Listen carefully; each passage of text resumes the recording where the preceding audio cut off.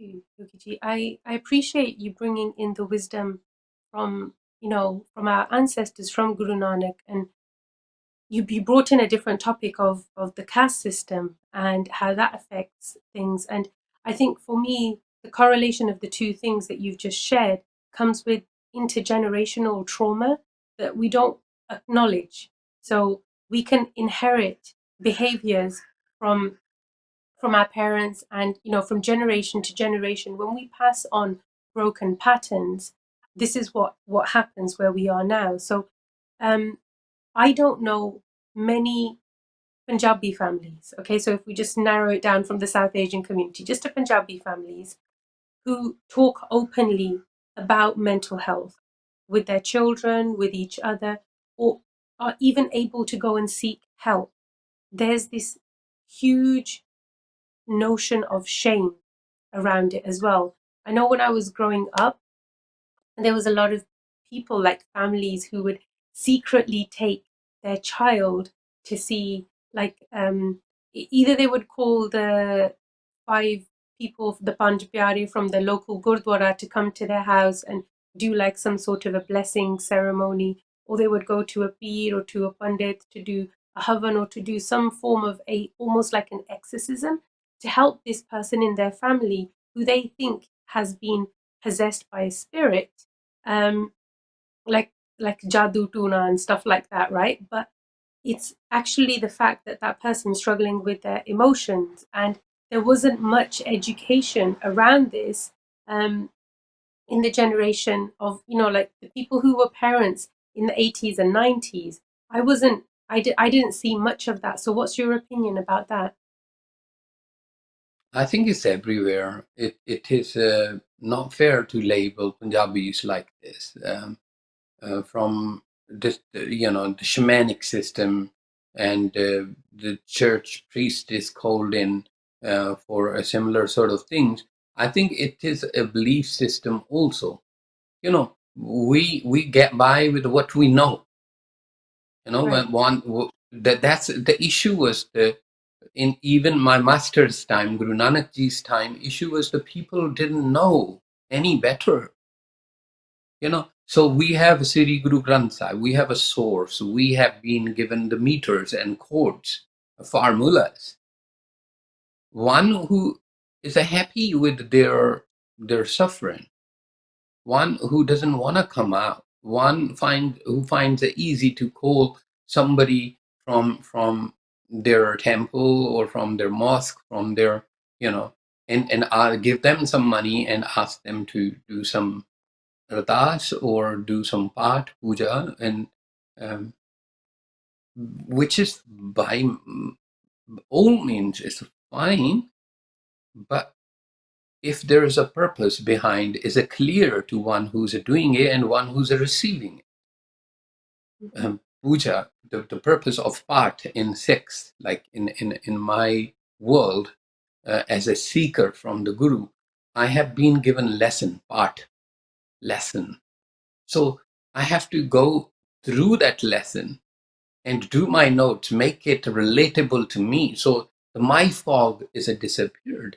So I configure the what is not clear between my mind.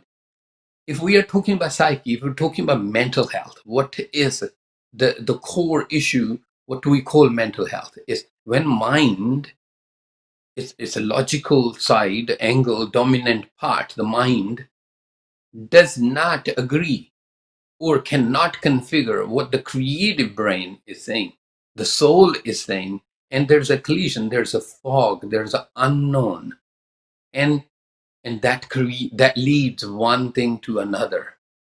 Society makes it, yes, they play a role, but Jasveer Kaur, we play 99.9%. It depends to us that what do we do with the situation? Do we seek, and do we go and ask for help? Was it happening back in when I was growing up in India? Yes, it was happening.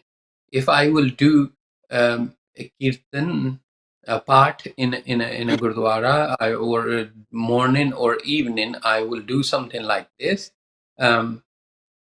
there will people, elderly people, they will come to me and they say, oh, this is going wrong, what do you think? I mean, they think because I am regularly in touch with the Bani, therefore I will have a solution.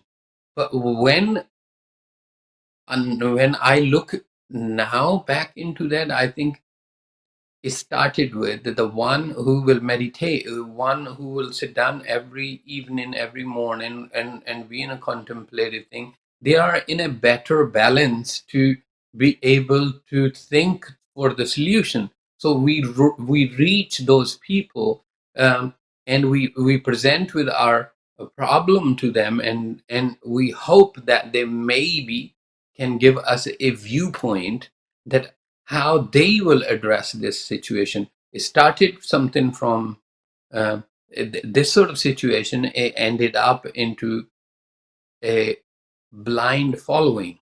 I don't want to use word blind faith, because faith can't be blind.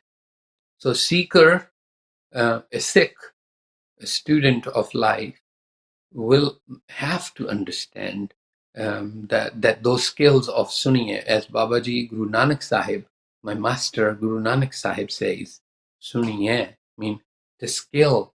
Once you will obtain this skill, Suniye, the listening skills, Dukh, Mhm. Paap ka nas, all the sins and suffering, whatever you call it, whatever is bugging you, you will have a clarity in your vision.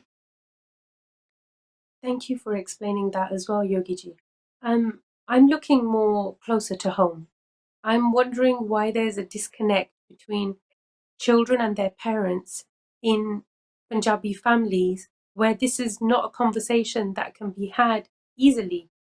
I agree with what you're saying that a lot of it's down to a lack of education, maybe even a lack of resources, because now there's a lot more that we have, access to than we did back then. Like even 10 years ago, it was a different scenario. How can we help for parents and children within the home to actually talk about this more and, you know, build that like get rid of that divide that exists and get rid of this stigma even in the home? We need to stop pretending, Tasveer Kaur, that we are Sikhs and we are seeking. At Guru Sahib, Sahib Siri Guru Granth Sahib says, Ve mukh hoye Ram te lagan janam viyog. For me, this is solution, this is mantra. I'm saying, once you are disconnected, then you will suffer. We will suffer. Once we will lose our sense of a direction, we will be lost. And is it happening to Punjabis? Yes, it is happening. And solution is a very simple: seeking help from Sri Guru Granth Sahib. Sri Guru Granth Sahib. If we call ourselves Sikhs, like for example, to my students, I say this: I am here for you. You're my family. I'm here to support you. Your problems are my problems. Please do not suffer in silence. So I will talk to you. I will find you answer. We will work together. I say this, right? But Yes. if they're not asking me, if they're not connecting with me, if they're not conversing with me, how can I help them? And similar sort of thing is with our community, which have labeled itself Sikhs. Now they have nothing to do with the Sikhi. I'll talk about it, I think, in next part, that how contradiction killed such a beautiful chapter and a revolutionary unit of humans. How these pretending, how this drama destroyed a legacy, and how can we protect? We can talk about it. But again, I don't want to assume. My upbringing in education, upbringing in a family atmosphere has been a very different. So I don't want to assume. So let's have a real talk, a real conversation. Real questions will lead us to real solutions. Absolutely. And I don't think that I could have said it better myself. I think that there's a responsibility on both parts. it's sometimes really difficult, as somebody who's carrying any type of a trauma, to be able to speak about it. And if you don't feel that the person you're speaking to is going to listen, is going to try to offer understanding, or even just to be able to create a space where they can hold whatever you're going to say, that can make you pull back and keep the silence. So I think there's an equal responsibility within the household that if children want the parents to communicate with them, if parents want the children to communicate with them, it's about creating an environment of trust, mutual trust, where both feel comfortable sharing openly with each other. It's not something that I was fortunate enough to grow up around, and I think that many have that same scenario. But we can change that. We can improve it, and maybe this is something that we can try to implement within the household, within the home, to see that if we can open some positive and beautiful dialogue.